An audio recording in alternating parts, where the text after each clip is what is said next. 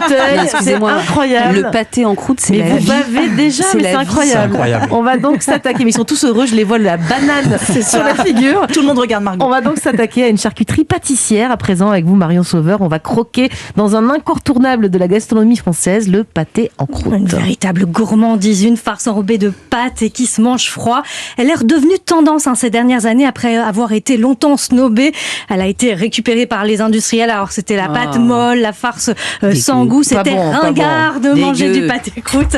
Mais depuis une dizaine d'années, il fait son grand retour avec des terrines goûtues, des tranches graphiques, une pâte dorée et croustillante. C'est un véritable savoir-faire, ce pâté croûte, qui est mis en valeur chez nos charcutiers, chez nos chefs dans les restaurants gastronomiques et notamment dans un championnat du monde de pâté croûte. La finale du 12e concours a eu lieu lundi. C'est un japonais qui a eu le titre, Koe Fukuda, avec son pâté croûte au canard de chaland et foie gras. Mais rassurez-vous, le vice-champion est français. Bravo donc à Damien Raymond de Daniel Gobert, traiteur. Bravo. Vous avez donc ce pâté croûte. Bravo et merci. Magnifique en studio, le vice-champion. Donc volaille de Bresse, canette d'édon, cochon et veau bio, foie gras de canard, champion des On va le goûter tout de suite, champignons hein. des Saubois, pistache d'Iran, gelé au naturel. Oh là Il là. s'appelle pâté croûte de la Bresse au senteur des Sous-Bois. Oh là là, oui. C'est celui-ci, là. On sent Vous les sentez les champignons. sous-bois Ah ouais, les sous-bois sont là. Et alors, Daniel Gobet, qui a monté cette entreprise de traiteur, était lui champion du monde de pâté croûte en 2018. Ils sont basés à Divonne-les-Bains dans l'Ain. Est-ce que vous dites d'ailleurs pâté croûte ou pâté en croûte? Moi, je dis Pâté pâté en en croûte, croûte. mais je crois que c'est pas bon. C'est hein. parce que vous êtes tous des Parisiens, c'est ça? Non, Perpignan, mais on mange pas trop ça là-bas.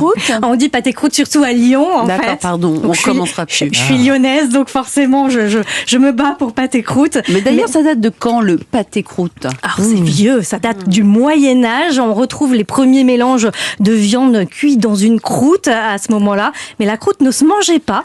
On s'est mis à la cuisiner et à la préparer au fur et à mesure du temps parce qu'en fait, cette croûte, elle servait surtout à cuire la viande et à la conserver.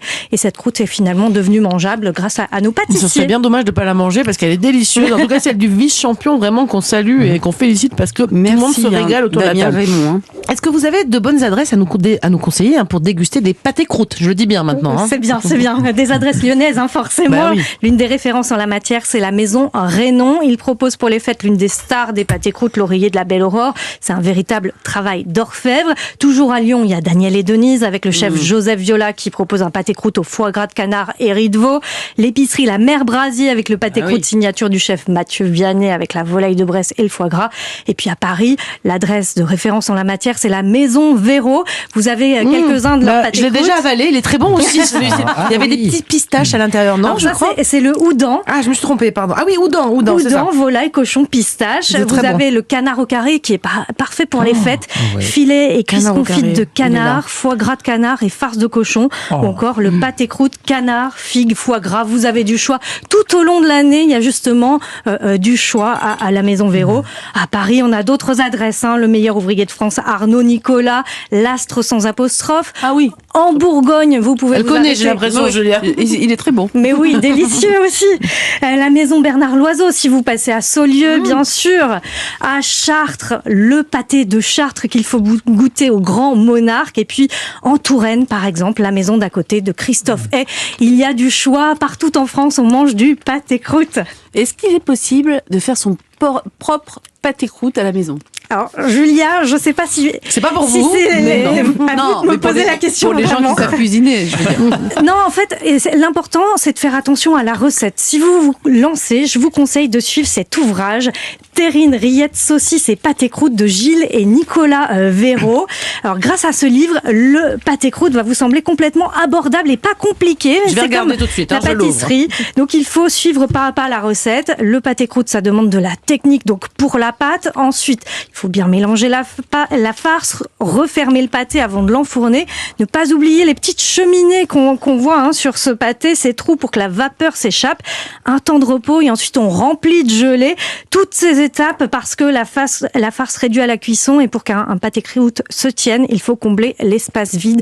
Ça demande donc beaucoup de temps, beaucoup de patience ce pâté croûte. Franchement, je vais essayer. Il y a des recettes qui n'ont pas l'air si compliquées que Ce ça. n'est pas si compliqué, il faut vraiment se pour tenir vous, à la mais Je suis pas recette. sûre qu'il sera aussi bon. Il sera aussi bon que tous ceux qu'on a dégustés aujourd'hui, mais Alors je vais me Mélanie, lancer. pour que vous réussissiez votre pâté croûte, j'ai Expliquez-moi. demandé ces astuces au charcutier, donc Nicolas Véraud. La première astuce, c'est de suivre la recette à la lettre, au gramme près. Numéro 2, pour la pâte, moi ce que je vais vous recommander, c'est de travailler la pâte fenêtre ouverte. Alors oui, vous aurez froid, mais vous vous embêterez beaucoup moins, vous aurez une pâte qui restera ferme plus longtemps et ça évitera qu'elle devienne trop tendre, presque molle et donc cassable. Ensuite, concernant la farce, il y a quelque chose qui est extrêmement important, c'est le mélange. Parce que si jamais on ne mélange pas assez, on va avoir une tranche qui ne va pas se tenir à la coupe. Donc on va avoir quelque chose qui va être cassant. Ça serait dommage de passer plusieurs heures à fabriquer un beau produit comme ça et d'avoir une tranche qui ne se tient pas à la fin. Il n'y a plus qu'à. Et oui, il n'y a plus qu'à avec ce livre Terrine, rillettes, saucisses et pâté croûte aux éditions du Chêne. Vous pouvez vous lancer pour les fêtes de Noël. Vous avez un petit peu de temps pour vous entraîner avant. C'est d'ailleurs un très beau cadeau de Noël. Je vous remercie de me l'offrir, Marion. Ouais. C'est génial. Avec plaisir. Et Je moi, suis auto-offert le cadeau. Comment ça Vous avez pour payer raison. les cadeaux, ouais. C'est ça. Et si vous êtes sur Instagram, venez voir sur nos réseaux sociaux. Il y a le beau gros pâté en croûte qu'on va. Daniel Gobet, traiteur, magnifique. Le vice-champion du monde. Et je peux vous dire quelque chose, je crois que c'est mon préféré. Ah ouais, Ah, des tout 4 goûté. qu'on avait dans l'assiette, Ah ouais, c'est c'était vrai. dingue. Il était excellent. Bravo Eh bien. à Damien Raymond, du coup. Exactement. Merci beaucoup Marion Sauveur pour cette délicieuse chronique, cette savoureuse dégustation également. Franchement, on a un métier génial, Mélanie, j'adore. On bosse et on se régale en même temps, quelle chance. Et c'est loin d'être terminé. Dans un instant, Benjamin Lévesque va nous donner des conseils beauté. Enfin, aujourd'hui, je sais pas si je vais les Je suivre. me dis c'est un conseil. Hein. Parce qu'il dit que la nouvelle mode, c'est de se faire volontairement des cernes sous les yeux. En tout cas, c'est intriguant. Et puis, Sophie Braffman sera également avec nous. Elle a mené l'enquête dans le secteur des culottes menstruelles. Et vous savez quoi? Elles sont pratiques, mais on en trouve aussi de très jolies désormais, même très sexy, je crois. Alors, restez avec nous sur Europe 1. Europe 1, bien fait pour vous. Mélanie Gomez, Julia Vignali. C'est bien fait pour vous. Nous sommes en direct jusqu'à 12h30 avec notre bande de chroniqueurs toujours autour de nous. Et derrière leur micro, il ne reste plus une miette de la dégustation. Surtout dans nos assiettes, hein, Ah non, Julia. c'est fou de pâté en croûte de Marion Sauveur il y a quelques minutes et ça nous a fatigués, hein, il faut le dire. Toutes ces bonnes choses à manger, ça tombe bien puisque Benjamin Lévesque, vous nous présentez chaque semaine les tendances beauté du moment. Et aujourd'hui, vous êtes venu nous dire que la mode, c'est d'avoir des valises sous les yeux. Non mais sérieux? Eh oui, c'est vrai, pendant des années, on a abusé du maquillage pour camoufler nos cernes, mais désormais, eh bien, ne les cachez plus, vos cernes sous les yeux sont tendance, les filles. Et quand je regarde, vous êtes quand même pas mal à être tendance autour de la table. Alors, Il est gentil. Je me lève à 3h30. Hein. on peut dire que c'est la troisième grande tendance beauté de ces dernières années. Hein. La première, je sais pas si vous vous rappelez, mais c'était très en vogue de se faire de fausses taches de rousseur. Hein. Tout le monde voulait ressembler à Gwyneth Paltrow. Mais ça, on a déjà. Ouais, c'est naturel.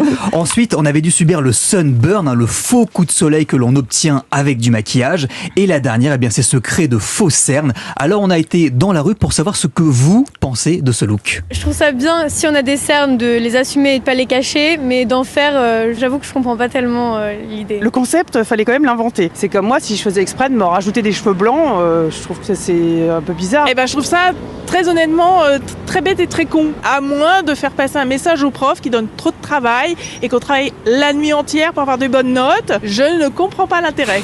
Bon, bref, c'est bête, mais c'est con. Ouais, c'est ça. Non, Mais mais ça sort d'où, Benjamin, cette mode des fausses cernes? Comment est né le phénomène? Eh bien, la faute à une jeune influenceuse qui avait fait un tuto sur le réseau social TikTok en début de pandémie où elle se maquillait pour accentuer ses cernes. Et depuis, un patatras, c'est devenu un phénomène sur les réseaux sociaux. Des centaines de milliers de photos de fausses cernes publiées sur Instagram, des millions de vues sur TikTok. Et aujourd'hui, c'est même devenu la norme dans les backstage des Fashion Week où l'on utilise, où on habille les cernes avec des strass et des paillettes, par Mais pourquoi exemple. ces jeunes femmes, elles font ça?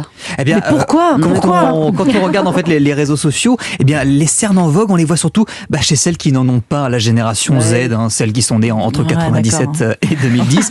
Donc pas vous. Ouais. Et en fait à la base, c'est pas vraiment artistique, c'est plutôt lié à la santé mentale des jeunes, vous savez, avec les confinements, qui étaient déprimés et fatigués. Et oui.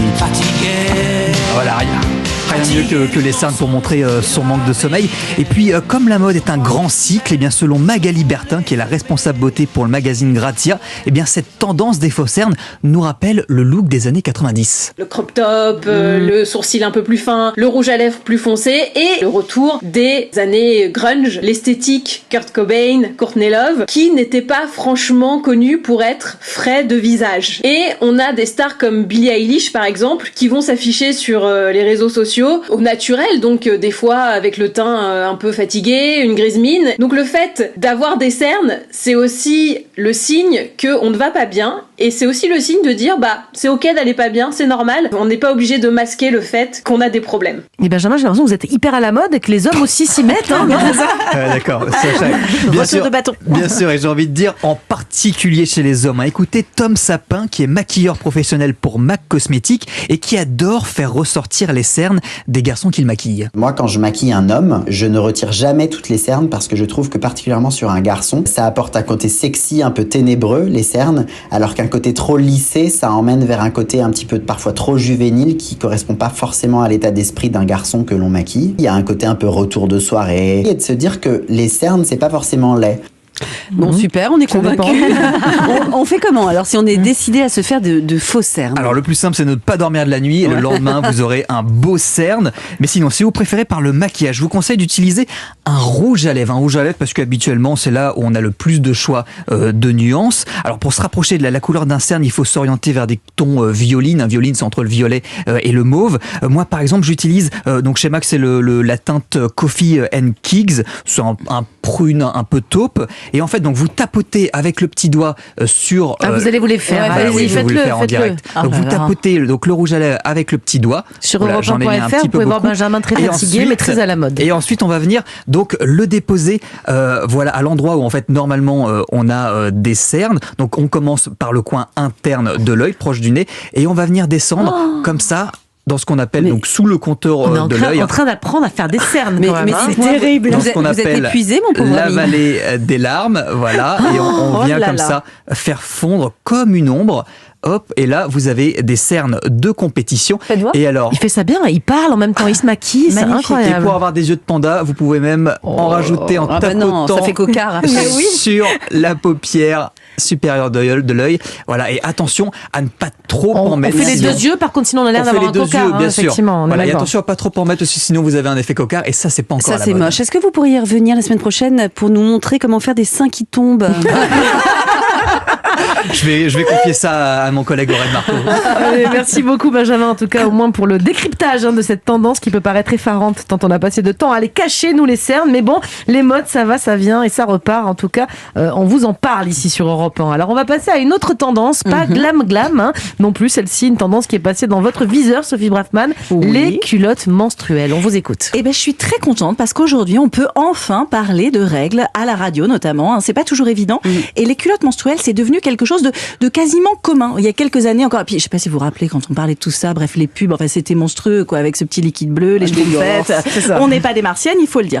Eh bien aujourd'hui la culotte menstruelle, toutes les grandes marques de lingerie s'y mettent, pour n'en citer que quelques-unes, Etam, Dim, Undies, en partenariat avec la marque très engagée et spécialiste Sisters Republic, et on a même aujourd'hui des messages, donc on s'amuse avec ces fameuses petites culottes, donc notamment chez Sisters Republic on a des culottes avec écrit dessus Do not enter, ne rentre pas, ou Tonight is not the night, je crois que c'est assez explicite. Cette nuit, c'est pas cette nuit, voilà, c'est pas ce soir. C'est pas la bonne nuit. Ou la marque Moods, qui là aussi s'affiche avec des femmes au physique varié et non normé, sous un petit logo T'es bonne bébé. Donc je trouve que voilà, il faut dire que c'est un marché qui est quand même en plein essor. Il va afficher une croissance de 16% d'ici à 2030. Donc si les grands acteurs de la lingerie s'y mettent, c'est pas juste pour des convictions idéologiques, c'est aussi pour des raisons économiques. Et alors pourquoi d'un seul coup tout le monde se met aux culottes menstruelles? Alors Julia, il y a l'aspect écologique bien sûr qui arrive en premier lieu, la peur de la part de nombreuses femmes du fameux syndrome toxique, on en parle déjà depuis quelques années, qui était lié à l'utilisation prolongée du tampon. La culotte est donc clairement meilleure pour la santé, mais la question se pose pour nous les femmes, est-elle aussi efficace? Alors une question importante qui nous intéresse en tant que consommatrices. Alors bien sûr, il faut savoir que quand vous les achetez, vous avez des précisions sur l'emballage où on décrypte, on vous dit en fonction des flux quelle culotte il faut porter. Il faut savoir que c'est un produit extrêmement technique. J'ai demandé à Claire Soucault, fondatrice de la marque Meuf, en quoi étaient fabriquées les culottes menstruelles. Tu as une première couche qui est en bambou classique, ensuite tu as une deuxième couche qui est en bouclette de bambou, donc beaucoup plus épais, et une troisième couche qui est en PUL. La première couche, elle absorbe très vite le sang, la deuxième couche, elle le garde, et la troisième couche, elle l'empêche qu'il passe au travers de la culotte. D'accord, alors c'est très technique, hein, Oui. ça, tout ça. Et le pull, c'est quoi? Alors le PUL, c'est donc PUL. un tissu extrêmement technique, imperméable, doux et résistant. On considère que ces culottes en moyenne sont efficaces pour une durée de 8 heures. Alors 60 millions de consommateurs précisent que ça ne fonctionne pas au-delà des 12 heures. J'ai envie de dire comme une culotte normale, c'est bien d'en changer aussi régulièrement, de pas dormir avec la même, soyons un peu propres. Alors toutes bien sûr n'ont pas la même capacité d'absorption, ça c'est très clair, et certaines déplorent le prix aussi relativement élevé parfois de ces culottes qui peuvent atteindre jusqu'aux 30 €.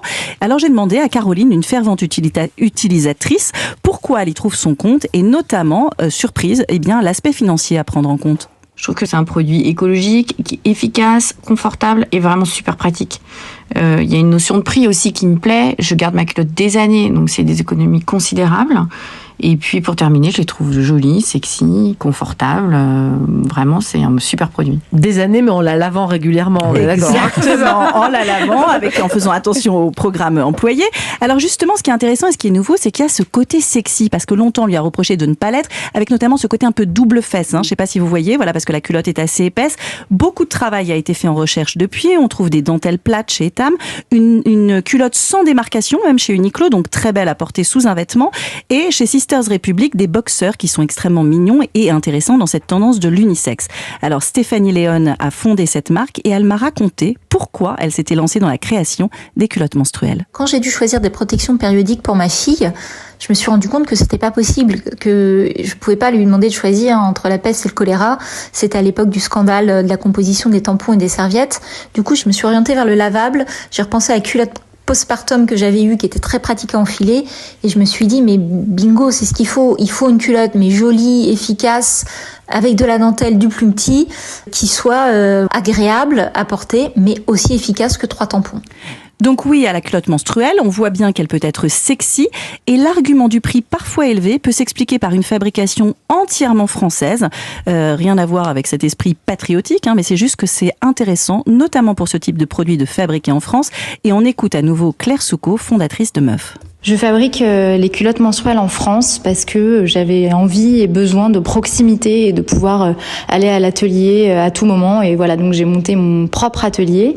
Et là, aujourd'hui, en 20 minutes, je peux aller voir les gens avec qui je travaille. Et pour moi, c'est un métier qui est très humain. Donc c'était super important de pouvoir avoir ce contact-là le plus souvent possible.